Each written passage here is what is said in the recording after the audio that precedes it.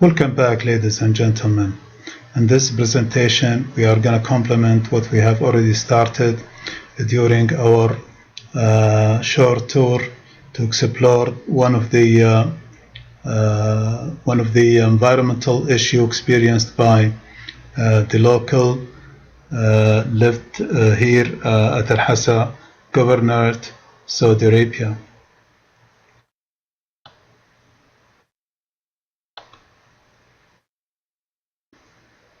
Actually, the place where we had that kind of tour is located here. As you can see, it is encircled with a red circle.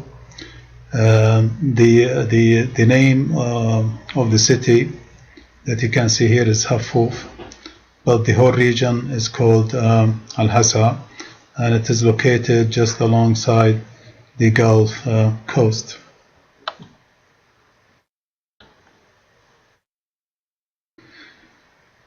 Before we can delve into more details about our cases, it's a better idea and a good thing to go back and review with some very important general information and the characteristics of Saudi Arabian water resources. So let's begin. Saudi Arabia, as you can see here, has an area of 2.15 million square kilometers. The kingdom is also considered a desert, arid, and water deficit country. It has limited freshwater supplies and increasing population. The temperatures are so high here, especially during summer, and very low during winter. It is characterized by low annual precipitations, lacks perennial rivers or permanent bodies of water. The climatic condition pose a continual challenge as well. Also depletion of groundwater resources.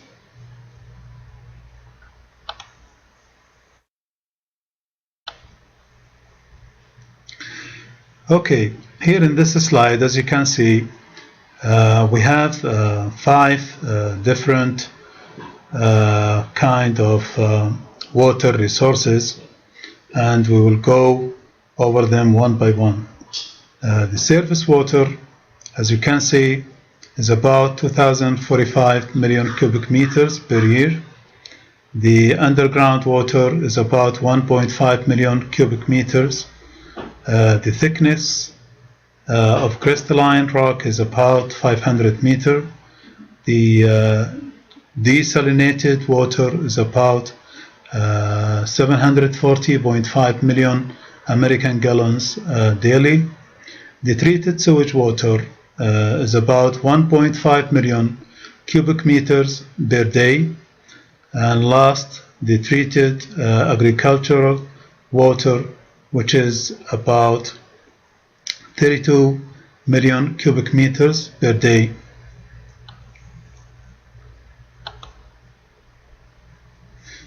However, in our case, we are more concerned with the treated sewage water, as it is indeed related to our subject matter in this presentation. So more attention, or probably all of the attention, is going to be given to this kind of water resources.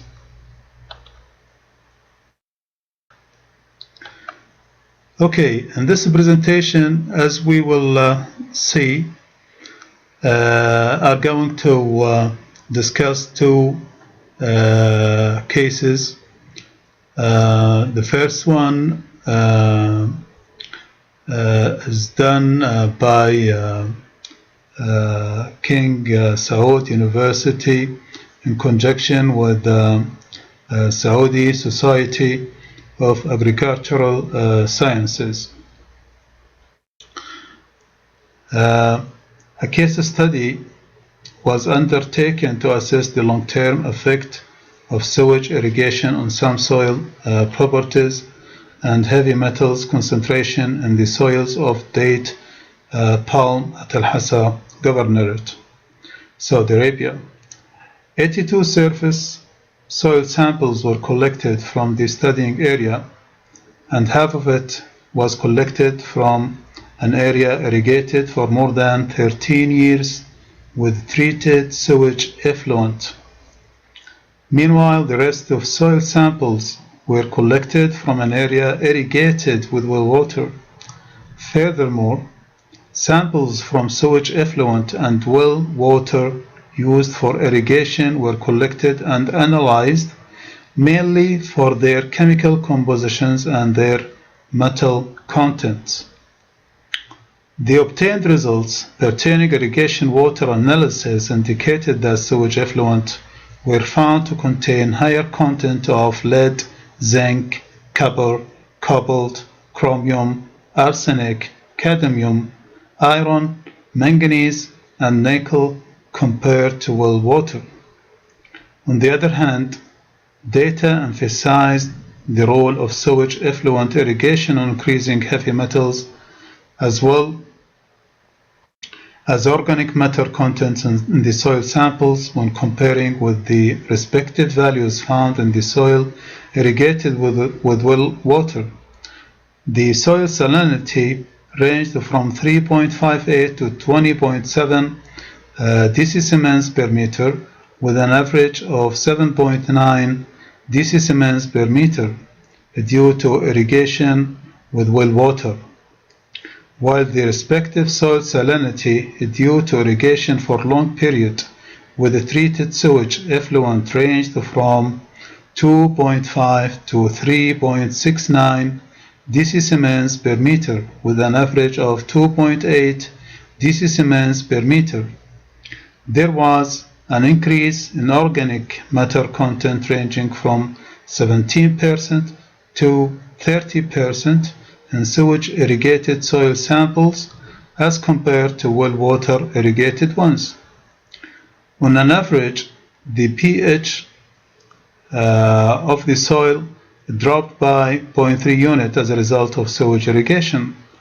Long-term sewage irrigation resulted in significant build-up of total concentration of zinc, 130%, for the lead, 55%, for iron, 82%, for nickel, 84%, manganese, 30%, copper, 40%, chromium, 75%, cobalt, 78%, and arsenic, 67% in sewage irrigated soil samples over adjacent well water irrigated soil samples.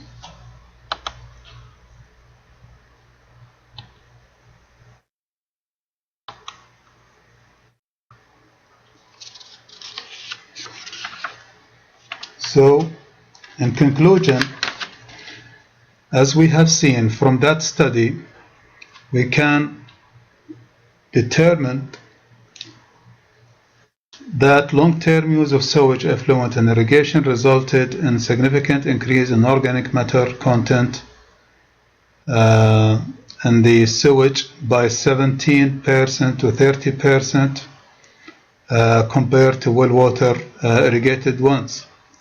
It is also concluded that long-term sewage irrigation resulted in significant buildup of total concentration of traces metals.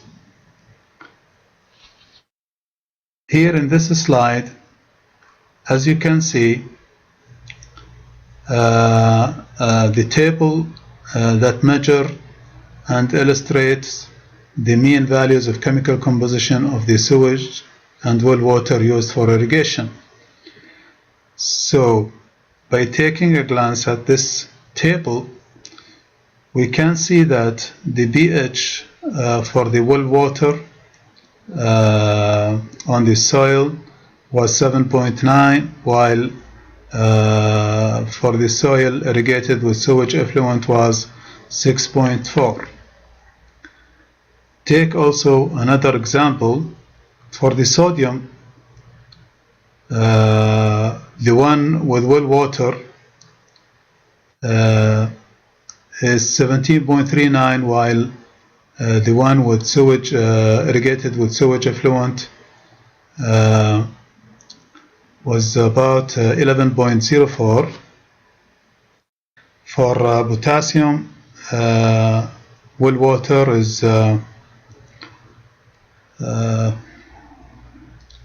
0.62, and the one irrigated with sewage effluent 0.57, and for chloride 20 for the soil irrigated with well water, while 14 for the soil irrigated with sewage effluent. And for the sulfate is 14.4 for the one irrigated with well water, and 10.2 for the one irrigated with sewage effluent. And this can explain the low salinity for the soil irrigated with sewage effluent, as we all know that salinity is a measure of sodium, calcium, potassium, chloride, sulfate. And that's all for this. We will go now to the next slide to discuss the next case study, which was conducted by WEEK3. As you can see, the study objective was an attempt to evaluate the wastewater being discharged through D1 and D2 in the lakes. The findings was actually the wastewater contained elevated levels of several trace elements and heavy metals when compared to both of the Saudi Arabian standards organizations and the Food and Agriculture Organization, namely FAO of the United States. The untreated or inadequately treated wastewater effluent can degrade the quality of receiving water bodies and be a potential source of waterborne pathogens.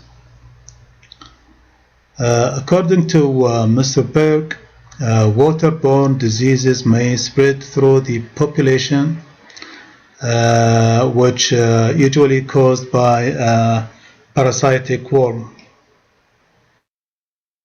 Okay, go to the next. Okay, now we reach the conclusion stage.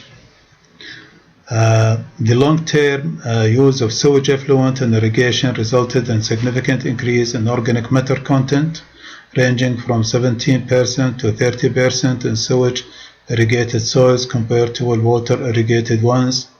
Also, the long-term sewage irrigation could result in significant buildup of total concentration of metals. Therefore, scientists believe that efforts should be made to explore alternative resources of irrigation water for farming instead of using the available wastewater, as it may contaminate both the agricultural land and the limited underlying groundwater resources.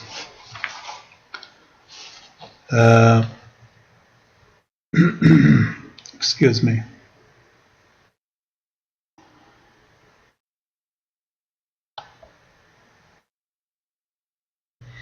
Okay, here in this slide we cover some of the recommendation made by FAO in year 2009 which offer the following recommendations. Strict policies for use of water and adoption of conservation measures are needed. Agricultural sector is the biggest consumer of water, about 88%, therefore minimizing its usage and improve irrigation methods, create awareness among users in both rural and urban areas to adopt conservation measures and environmental friendly technologies. Encourage farmers having water meters at the farm level to control of pumping of water. And last but not least, it is evident that trace elements including heavy metals are present in D1 and D2 channels carrying the industrial waste effluents and agricultural drainage waters. Some parameters exceeded the maximum contamination limit set by different regulatory agencies. It has been noted that many farmers use wastewater from the two main drainage channels for irrigating their crops. The reuse of wastewater of irrigation in Saudi Arabia is not surprising, as this is a right country with a limited supply of groundwater. However, these farmers are not aware that when crops are irrigated with this water on a long-term basis, trace elements and heavy metals will accumulate in the soil that might be taken up by the crop plants, which may not be suitable for human consumption. It is therefore recommended that farmers should be encouraged to use alternate sources of irrigation and avoid the use of wastewater for irrigation on a long-term basis, because such use will not only contaminate the crop plants and soils, but also the groundwater resources.